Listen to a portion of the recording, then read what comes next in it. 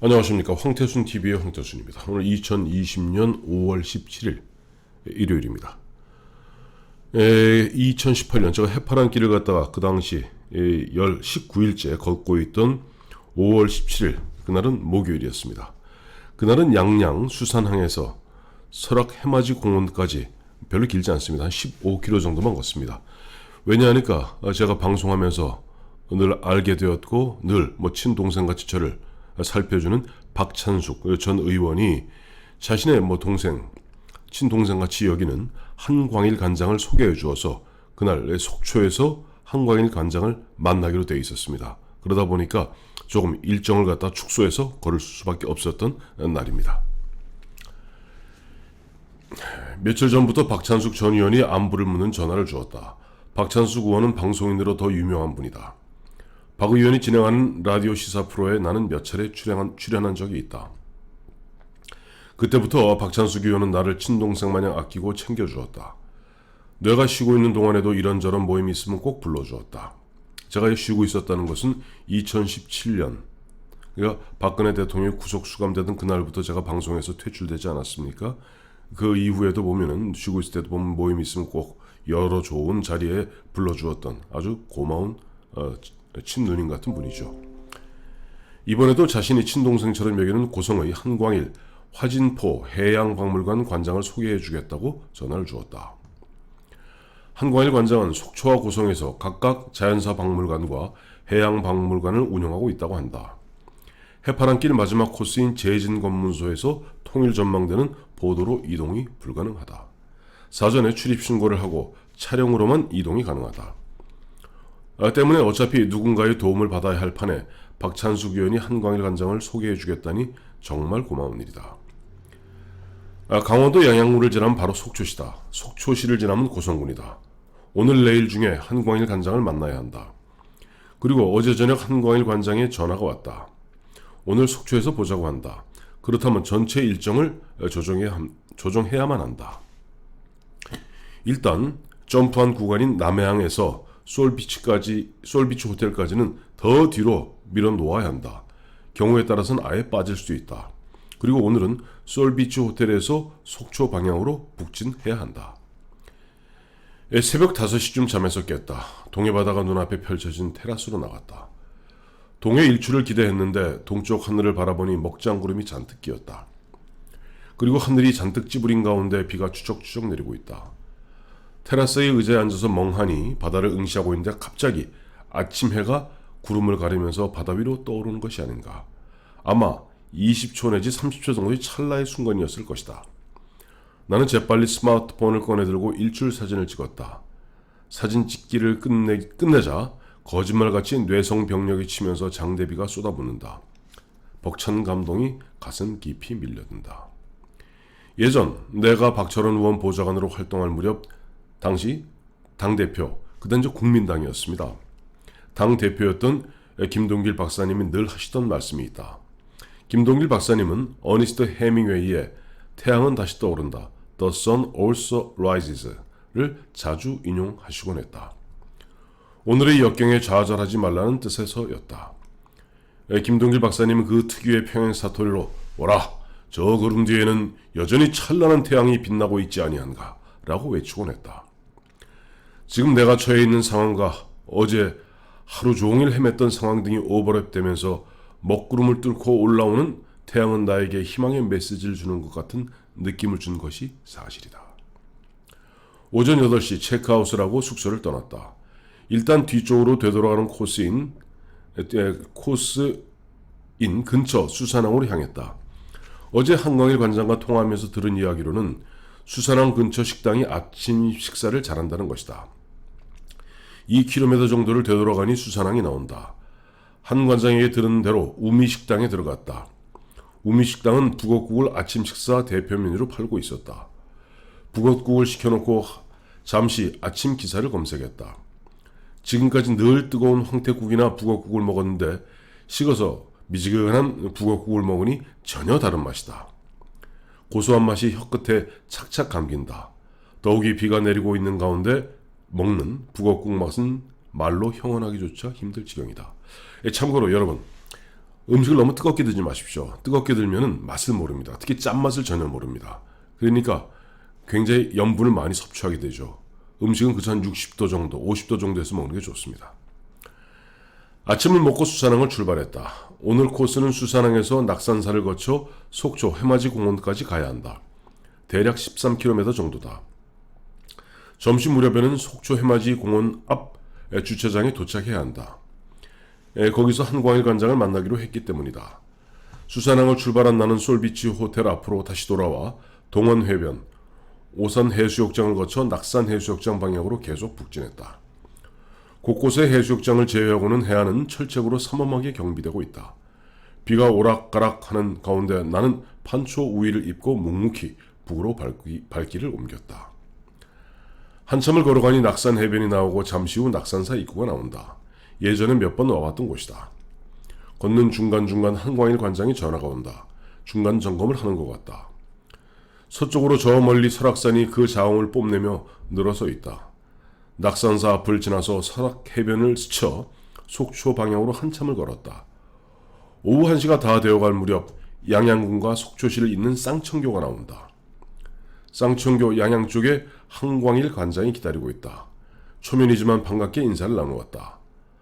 한 관장은 1952년생으로 나보다 6살 위지만 50대로 보일 정도로 젊다. 몇 차례 전화를 나눈 덕인지 처음 보는 사람 같지가 않다. 한 관장과 함께 쌍천교를 건너서 설악 해맞이공원 주차장에 이르렀다. 지금부터는 한 관장이 운전대를 쥐었다. 나로서는 한 관장이 짜놓은 프로그램에 따라 움직일 수밖에 없다. 한 관장은 먼저 점심을 먹자면서 현지인들만이 잘 안다는 명품 냉면집으로 안내했다.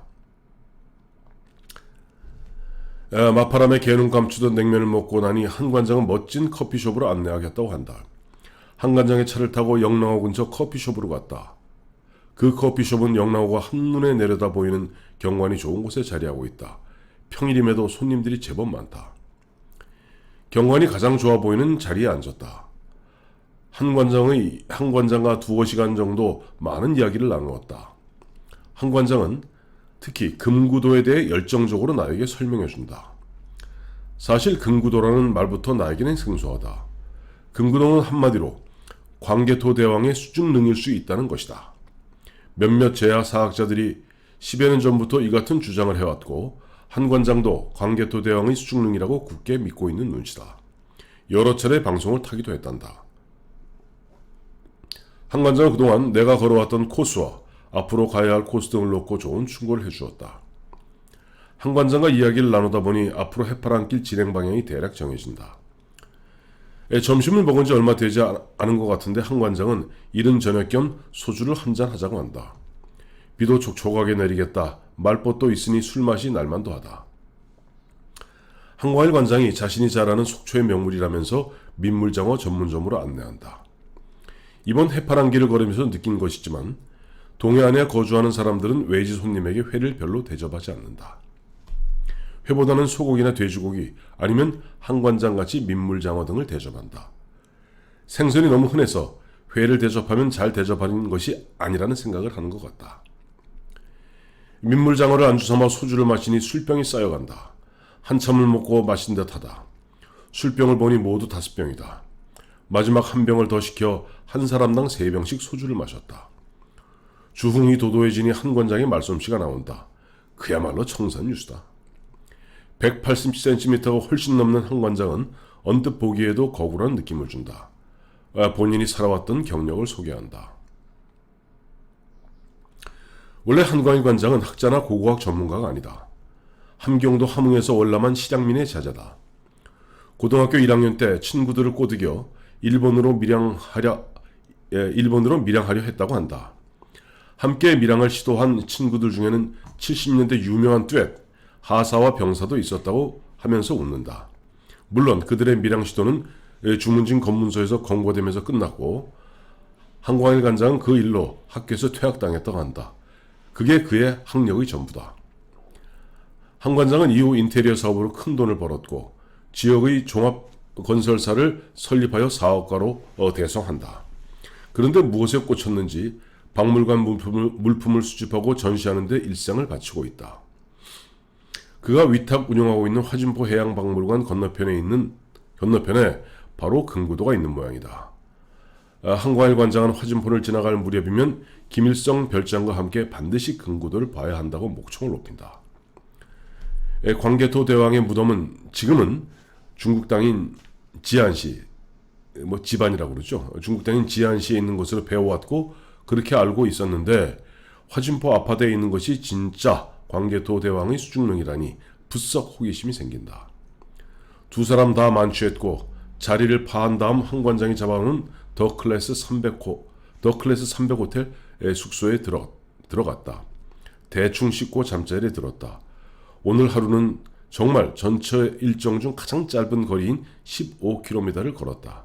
하지만 가장 긴 대화를 나눈 날이다. 그날은 이야기하다 보니까 세금 얘기가 많이 나왔어요. 그래서 그 세금 얘기하면서 지금 3년 넘게 계시는 박근혜 대통령 생각하면서 박근혜 정부의 몰락에 대해서 한번 짚어보도록 하겠습니다. 2015년 4월 8일 국회에서 작지만 큰 사건이 벌어졌다. 유승민 새누리당 원내대표의 교섭단체 대표연설이었다. 유승민 대표는 박근혜 대통령의 증세 없는 복지 공약에 대해서 허구임이 입증되고 있다고 직격탄을 날렸다. 집권당의 원내대표가 대통령을 들이받은 것이다. 여권은 발칵 뒤집어졌다. 특히 대표연설에서 유승민 원내대표는 10년 전 대한민국 대통령으로서 처음 양극화 해소를 시대적 과제로 제시했던 노무현 전 대통령의 통찰을 높이 평가한다고 했다. 졸지에 노무현 대통령은 탁월한 선각자로 박근혜 대통령은 세상 물정 모르는 멍청이가 되어버린 것이다. 잘못된 거죠. 유승민 원내대표 이런 부분을 갖다가 중윤한 시리에 공개적으로 박근혜 대통령 망신 줄 일이 아니었죠. 집권당의 원내대표라면 응당 청와대하고 조정하고 또 당정 협의를 통해서 국무총리 및 기재부 장관을 갖다가 설득하고 그래서 자연스럽게 대통령이 무언가를 바꿀 수 있도록 해야지 그런 식으로 자기 잘난 것 보이려고 박근혜 대통령 갖다 세상 멍청이를 만들어버린 겁니다. 사실 이 당시에는 국민들이 많이 화가 나 있었어요. 그게 바로 다름 아닌 연말 정산 파동 때문입니다. 유승민 씨가 2015년 4월 8일 국회에서 이 연설을 하기 석 달 전, 100일 전쯤 2015년 1월 중순이 되면서 근로자들이 엄청 화가 났다. 원래 각근세를 내는 봉급쟁이들은 연말 정산을 하면 얼마라도 환급을 받는다. 이른바 13월의 급여다. 설 연휴를 앞둔 서민들에게 소중한 선물이었다. 그런데 박근혜 정부는 세법을 개정해서 소득공제를 세액공제로 바꾸어 사실상 1조 원이 넘는 세금을 더 거두었다. 즉 증세한 거죠. 그 무섭다는 조세저항이 일어나기 시작했다. 박근혜 대통령 후보 시절 증세 없는 복지를 공약했고 집권하자마자 공약 가계부를 만들어 5년간 소요재원 135조 원을 세금을 올리지 않고 거둘 수 있다고 국민들에게 약속했다. 구체적으로 세출 구조조정 84조 원, 지하경제 양성화 27조 원, 비과세 감면 18조 원 등으로 충당할 수 있다고 했다. 하지만 허언이었다. 박근혜 대통령 집권 초인 2013년 8월 9일 당시 조원동 경제수석이 세금이라는 것은 고통 없이 거유의 티를 뽑는 이런 식으로 헛소리할 때부터 조짐이 보였다. 소득세법을 개정하면서 소득공제를 세액공제로 바꾸었다. 대기업에 대한 비과세 감면 혜택의 축소로 실료세율을 2%포인트 올렸다. 특히 2015년 1월 1일을 기해 담배값을 2,000원을 올렸다. 이전 2,500원짜리 담배 한 갑을 피우면 담배값의 62%인 1,549원을 세금으로 냈는데 2015년 1월 1일부터는 4,500원이 되면서 73.7%인 3,318원을 세금으로 내게 된 것이다. 참고로 2016년도 담배 세수가 무려 12조 원이 넘는다. 참 기가 막힌 얘기죠. 국민들의 입장에서는 세율을 올리지는 않았지만 세목을 교묘하게 조정하고 간접세를 통해 주머니를 털어간 것으로 느낄 수밖에 없다. 조삼모사로 농락당하고 멀쩡하게 내 주머니를 털렸는데 저항하지 않을 국민이 어디에 있겠는가.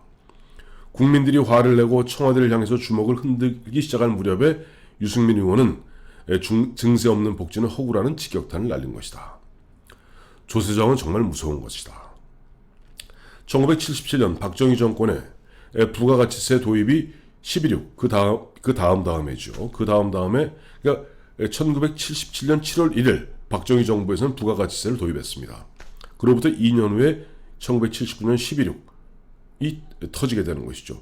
11.6의 시발점이 되었다. 노무현 정부의 종부세죠. 노무현 정부의 종합부동산세 신설이 정권 몰락을 가져왔다. 우리만 그런 것이 아니다. 미국의 보스턴 티파티의 조세저항, 착각, 당시 영국이 식민지인 미국에게 차세를 매긴 거죠. 미국의 보스턴 티파티의 조세저항이 미국의 독립전쟁으로 이어졌다. 걸프전에 승리하고도 개인 소득세율을 올리는 통해 그 당시 이제 전비를 갖다 마련하고 좀 적자를 메우기 위해서 개인 소득세율을 올린 것이 바로 아버지 부시 정부 때입니다. 그러니까 걸프전에 승리하고도 개인 소득세율을 올리는 통해 아버지 부시는 아칸소의 촌뜨기 클린턴에게 패배했다. 반세기 만에 정권 교체를 이뤘던 일본 민주당 정권도 소비세, 우리만은 부가가치세입니다. 2009년에 민주당이 반세기 만에 집권을 했는데 소비세를 올립니다. 소비세 세율을 올리면서 집권 3년 만에 다시 자민당 아베에게 정권을 내주었다. 동서고금을 막론하고 조세저항을 이긴 정부는 없다. 그래서 공자도 탄식하면서 한 말이 있다. 바로 가정이 맹허호다. 가혹헌정치, 즉 세금으로 백성을 괴롭히는 것이 호랑이보다 더 무섭다는 것이다. 지금 우리 애청자 여러분, 코로나, 재난지원금 등등등 하면서 소득주도 성장이다 어쩌고 저쩌고 하면서 이제 보니까 어마어마한 적자 국채 발행하고 있는 이 문재인 정부가 조만간 어떠한 형태로든지 조세를 올리지 않을 수가 없습니다. 지금 탈원전이다, 소득주도 성장이다, 이번에 코로나 19를 갖다 계기로 해서 어마어마한 재정을 풀고 있지 않습니까? 하늘에서 돈이 떨어지는 게 아닙니다.